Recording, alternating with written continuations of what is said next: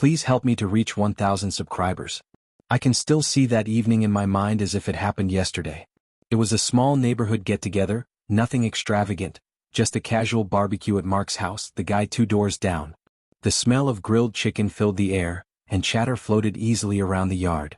I felt relaxed, enjoying the background noise more than the spotlight. Emma, my wife, has always been the life of the party.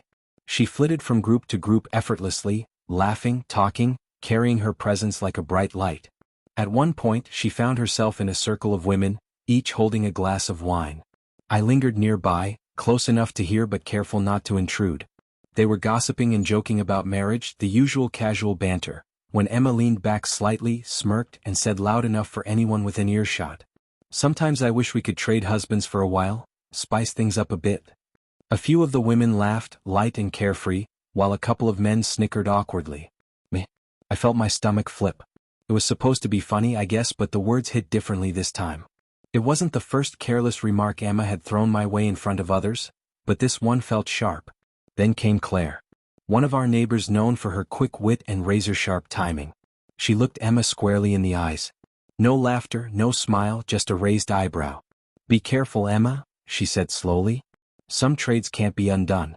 You don't always realize what you're giving away until it's gone." Suddenly the laughter died. The circle fell silent. Emma's smirk vanished. Her fingers gripped the wine glass tighter and she tried to force a laugh, but it was hollow. The words hung in the air, a quiet warning she couldn't shrug off.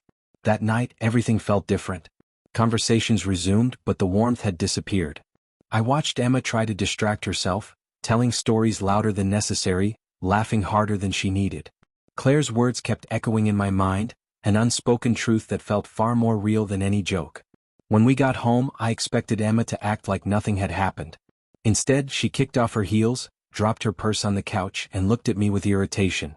"Don't start," she said sharply, as if she already anticipated my response. I wasn't going to mention it. I kept my voice calm. "Maybe you should think about why you said it at all, joking about swapping husbands in front of everyone." Her eyes narrowed.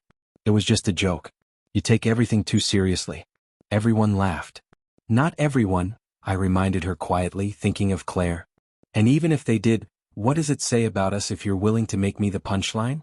For a brief moment I thought she might admit something. But then she crossed her arms, looking away. "You're overreacting. You always make mountains out of molehills." I didn't argue. Not because she was right, but because I was worn out. This wasn't about a single careless comment. It was about years of subtle digs, small dismissals, moments where I felt less like a partner and more like a target. That night, I lay awake long after she had fallen asleep, Claire's words blending with Emma's joke until they became a singular, heavy thought. Does she really see me as replaceable? The next morning, sunlight poured in, but it did nothing to warm me. Emma hummed in the kitchen, making coffee like nothing had occurred, pretending the tension had vanished.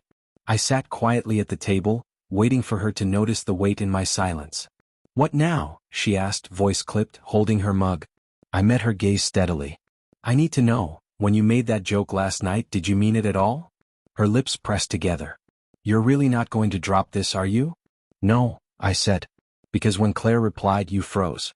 And I saw something in your face I've never seen before. Fear, guilt, something. She was quiet for a long moment.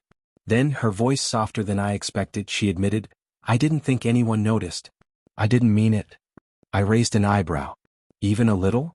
She shook her head. "No, I mean, I didn't want to trade you. It was stupid. I guess I just wanted attention to seem funny, or interesting." I leaned back. "You don't realize how many cracks a marriage can take before it starts to split. Last night, in front of everyone, you almost broke something that can't be fixed." Her hand reached for mine across the table, trembling. I pulled back. I wasn't angry anymore, just drained. "You don't have to think about how I feel," I said. "But if you don't start, one day someone else's words won't leave you frozen. They'll leave you alone." Her face went pale. And in that long silence, I knew she finally understood. "Please help me to reach 1,000 subscribers."